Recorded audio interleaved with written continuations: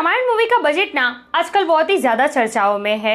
इस मूवी में कौन सा एक्टर कौन सा रोल प्ले कर रहा है, इससे ज्यादा तो सबको ये जानने में इंटरेस्ट है कि आखिर ये मूवी बनाने में खर्चा कितना हुआ है। जब ये मूवी अनाउंस हुई तब इसका बजट 400-500 करोड़ बताया जा रहा था। फिर 800 करोड़ बजट बताकर इसको इंडिया की सबसे महंगी मूवी बताया गया और फिर जैसे इसका इंट्रोडक्शन वीडियो आया बजट सीधा 1600 करोड़ पहुंच गया। जी हाँ, रामायण मूवी के दोनों पार्ट्स का टोटल बजट 1600 करोड़ अब तक बताया जा रहा था, लेकिन अब हद तो तब हो गई है जब इस मूवी का बजट इंडियन रुपीस में नहीं बल्कि मिलियन डॉलर्स में बताया जा रहा है। रामायण मूवी का टोटल बजट 500 मिलियन डॉलर बताया जा रहा है, जिसे अगर इंडियन रुपीस में कन्वर्ट किया जाए तो ये हो जाते हैं 4300 crore.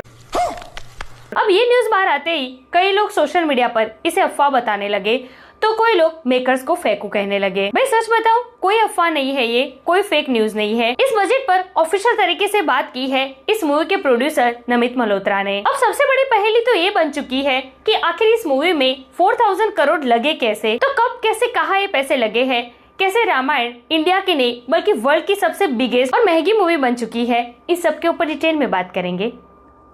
Let's check it out.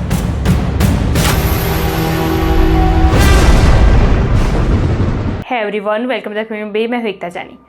Yash, R K और साई पल्लवी स्टारर मूवी रामायण, जिसे हम नमित मल्होत्रा की रामायण कहते हैं, इसको लेकर ना बहुत ही शॉकिंग अपडेट सामने आई है। रामायण का टोटल बजट 4000 करोड़ बताया जा रहा है और ये ऑफिशियल है। एक इंटरव्यू के दौरान खुद इसके प्रोड्यूसर नमित मल्होत्रा के मुंह से ये बात निकली है। अब सबसे बड़ी पहेली तो ये है कि आखिर इस रामायण का बजट इतना हुआ तो हुआ कैसे, कब, कैसे और कहाँ पैसे लगे हैं, आखिर ऐसा क्या खास है इस वाली रामायण में। देखिए, रामायण एक हिस्ट्री बेस्ड मूवी तो है ही। इस मूवी के मेकर्स के पास हिस्ट्री पावर है, लेकिन इसी के साथ साथ जिस तरीके से इस मूवी को प्रेजेंट किया जाएगा ना, वो बहुत ही बड़ा स्केल होने वाला है। अब ऐसा मैं क्यों कह रही हूँ, क्योंकि देखिए जितना बजट रामायण का बताया जा रहा है ना, उतने में तो 2 अवतार पार्ट 1 बन सकती है। जी हाँ, अवतार पार्ट 1 का बजट था $250 मिलियन। इसके पार्ट 2 $350 मिलियन में बन गई थी। सुपर हीरो की दुनिया में greatest of all time Avenger सिर्फ $356 मिलियन में बन गया था। ज्यादा दूर क्यों जाते हो, अभी थोड़े टाइम पहले आई जुरासिक पार्क,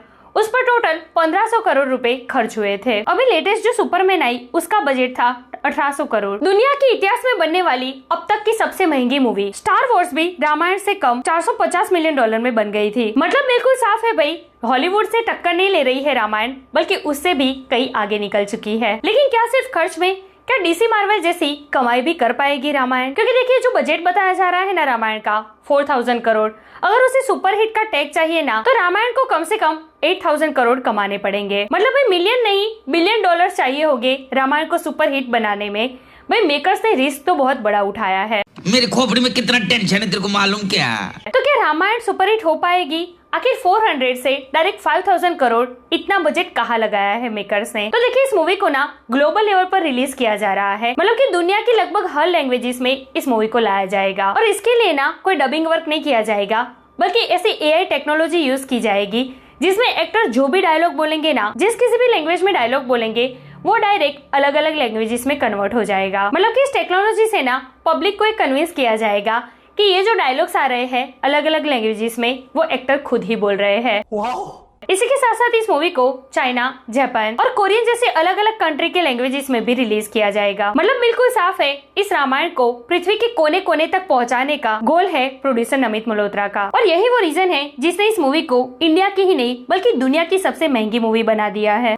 यही नहीं, अभी और सुनिए। इंटरनेशनल मार्केट में वार्नर ब्रदर्स इस मूवी को प्रेजेंट कर रहे हैं। मूवी के प्रोड्यूसर ने एक इंटरव्यू के दौरान खुद ये बताया है कि जब ये मूवी शुरू होगी और जब तक ये मूवी खत्म होगी ना, इस मूवी पर $500 मिलियन खर्च हो चुके होंगे। देखिए इस रामायण पे ना पिछले 10 सालों से काम हो रहा है। एक्टर्स तो अभी 2 साल से जुड़े इस मूवी से। ये सपना देखा था प्रोड्यूसर नमित मल्होत्रा ने 2015 में कि उनको हमारी हिस्ट्री रामायण दुनिया के कोने कोने में पहुंचानी है। अब जैसे कि हमें पता है कि रामायण में जो कैरेक्टर्स है ना वो बहुत सारे हैं, तो उस हिसाब से मूवी में एक्टर्स भी ज्यादा चाहिए होंगे। अब इतने सारे एक्टर्स को एक ही टाइम पर एक साथ लाना, उनके डेट्स मैनेज करना, वो भी एक साथ, इसके लिए पैसे तो बहाने पड़ेंगे। तो 2015 से 2027 जब रामायण पार्ट 2 रिलीज होगी, इस बीच जो टाइमलाइन है ना उसका खर्चा है 4000 करोड़।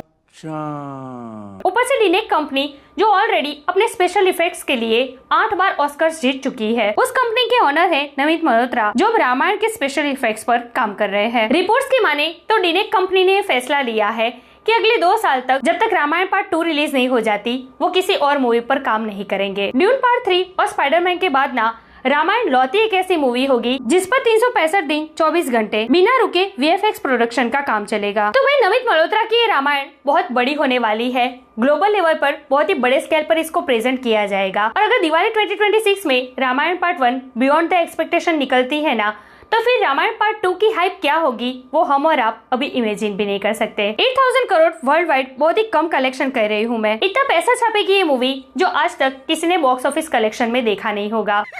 पैसा ही पैसा होगा। सो यार ऐसी स्टोरीज वीडियो।